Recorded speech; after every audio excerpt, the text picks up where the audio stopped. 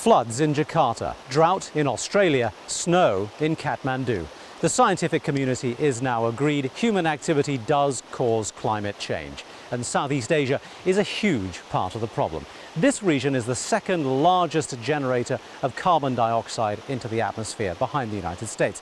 But it doesn't come from burning fossil fuels. It comes from bad land management, specifically the destruction of rainforest like this.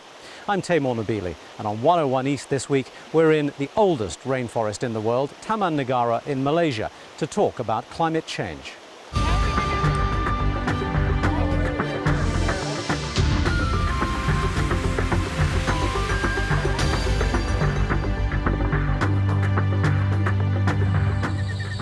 There are 4,300 square kilometers of virgin rainforest here at Taman Negara, all of it regulated and policed by the Malaysian government. But this is only a small fraction of the rainforest of Southeast Asia, and there are vast parts of Borneo and Sumatra that get no protection at all, and landscapes like this are becoming a thing of the past. Tony BIRTLEY reports. This is central Kalimantan, Indonesian Borneo. It used to be tropical rainforest. It's now nature's equivalent of genocide. More and more chunks of Indonesian landscape are being devastated.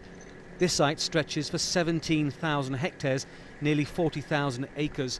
You can drive for miles and hardly see a tree left standing. A forest stood here for thousands of years. It was cleared in a matter of months. Indonesia has 10% of the world's rainforest. It also has two of the world's biggest paper and pulp companies. Timber is big business. There are roughly 2.5 million square kilometres of forest in Indonesia. It's disappearing at the rate of 35,000 kilometres each year, and this is often the result, a total wasteland. Most is caused by illegal logging, but without effective forest management, Indonesia's landscape is being changed forever.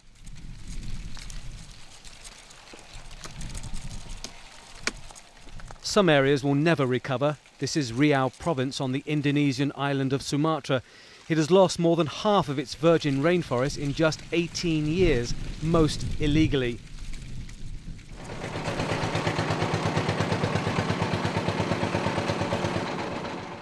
These men are illegal loggers negotiating their haul through a small river. An estimated 80% of all logging here is for the black market. Demand is high and so are the prices. The mindset of big business is firmly on profit. The other big killer of rainforests in Indonesia is this, the palm oil plant. They are quick growing, high yield and profitable. 10% of goods in your supermarket contain the oil. They've taken the rainforest, but the companies maintain they give too. We don't recruit people from outside of the rural area. We basically are giving them jobs and giving them welfare. We've built them schools where there weren't schools before, and we're building them facilities. There is another cost, wildlife. As their habitat disappears, animals come more and more into conflict with man, and there's one result. YUMIKO is a forestry expert from Japan who has seen Sumatra's rainforest transformed into scorched earth. Looking at this, it's kind of depressing. But there's still hope. A little.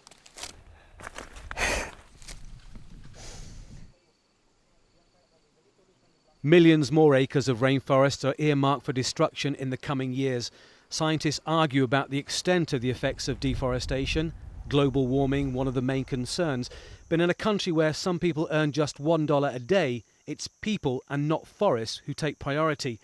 And scenes like this may become in time simply a television archive and no longer reality.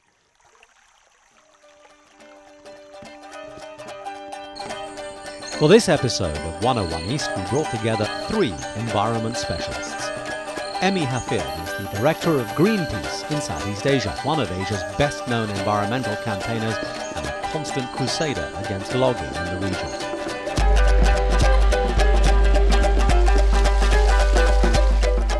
Professor Ian Lowe is the president of the Australian Conservation Foundation.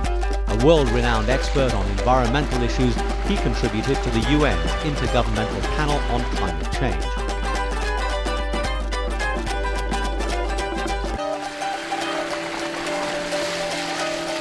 And FAIZAL PARISH is the founder of the Malaysian Global Environment Centre. An expert on wetlands, he spent more than 20 years fighting to save the peat swamps of Southeast Asia.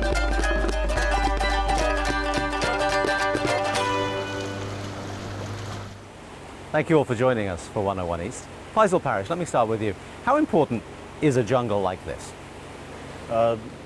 Jungle like this in Taman Negara is very important for a whole range of things. Firstly, for the biodiversity, for the life which lives within it. We have a very great range of species. Secondly, tropical forests like this play a key role in the balance of the global climate by storing carbon dioxide, carbon in the forest. They regulate the global climate system. Emmy HAFILD, we've just seen in that film that in Indonesia in particular, a lot of this kind of forest is being destroyed. Why is it that the political imperative doesn't exist to create parks like this and to save that forest? Well, actually, since 1960s, Indonesia has already laws to protect this forest. But during the SUHARTO era, this forest has been seen as the sources to develop the economic. But there are so many things that entangle in it, like corruptions, political cronyisms, you know. And right now, it's very difficult to stop it. Ian Lowe, the public perception must also play a part in this, because as we see regularly in the media, there is a degree of skepticism as to how important it really is and as to how much the climate change that everyone is talking about is actually influenced by forests like this. Well, 20 years ago it was legitimate to be sceptical about the science, but really the science is in now. There's a very clear consensus among climate scientists that human activity is changing the global climate, and we're seeing it in every part of the world, in changing temperatures, rainfall patterns, increasing sea level, more frequent extreme events. And the two of you also agree with this, right? I mean, the media portrayal of some kind of disagreement over the effects of climate change is actually mostly in the media and not in the scientific community at all. Yeah. Some analysis of the scientific journals is showing that there's universal agreement amongst the science community of the climate change phenomenon. But if you analyze media articles about climate change, it seems half the media is quoting people half of the time who are disagreeing with the climate change phenomenon. And we believe that a lot of this is by certain players in the industry who are feeding stories to the media for their own vested interests rather than portraying the real facts. The Indonesia situation is a reasonably good example of how the politics and the environmental story are getting mashed up and nothing is really working particularly well. I mean, how does the Indonesian government go about tackling this problem? Well, right now they are trying to stop the illegal logging, but at the same time they have this policy to have this 9 million hectares of palm oil plantation which will take away the forest land, and you know, and they don't know how to clean up the law enforcement agency, which also part of the problem, not part of the solution. So we still don't see them really act in this case. Let's talk for a moment about the potential impact if failure to act remains the norm amongst governments. And what we've seen the UN and many reports recently coming up talking about increases in global temperature, but it seems a little bit detached, a little bit hard to grasp exactly what that means. Well, it will mean, for example, that hundreds of thousands of humans will die unnecessarily from heat stress. It will mean like we saw in Paris only a few years ago in France. Indeed. I mean, that was an out-of-town tryout of the real show that's coming to the planet. There'll be massive dislocation of agricultural productivity. The IPCC report on regional impacts of climate change shows that there'll be a massive reduction in grain production in sub-Saharan Africa and Latin America, the two parts of the world where there's a most critical food shortage at the moment. But most importantly, we risk losing some of the great iconic natural areas like this. This rainforest has been here for 130 million years. It might not be here in 100 years' time, because what the climate science is telling us is that the conditions that allow a rainforest like this to grow are being disrupted by human activity. We've seen Jakarta flooded recently, we've seen the south of Malaysia flooded recently, but still many people are saying this is cyclical natural weather change patterns. This has got nothing to do with climate change. No, I think that's not true. It's a combination of mix, but I think lately we see a very extreme distinct between dry season and rainy season, which we didn't have in the past. And we see it since the 80s and 90s is increasingly extreme. So.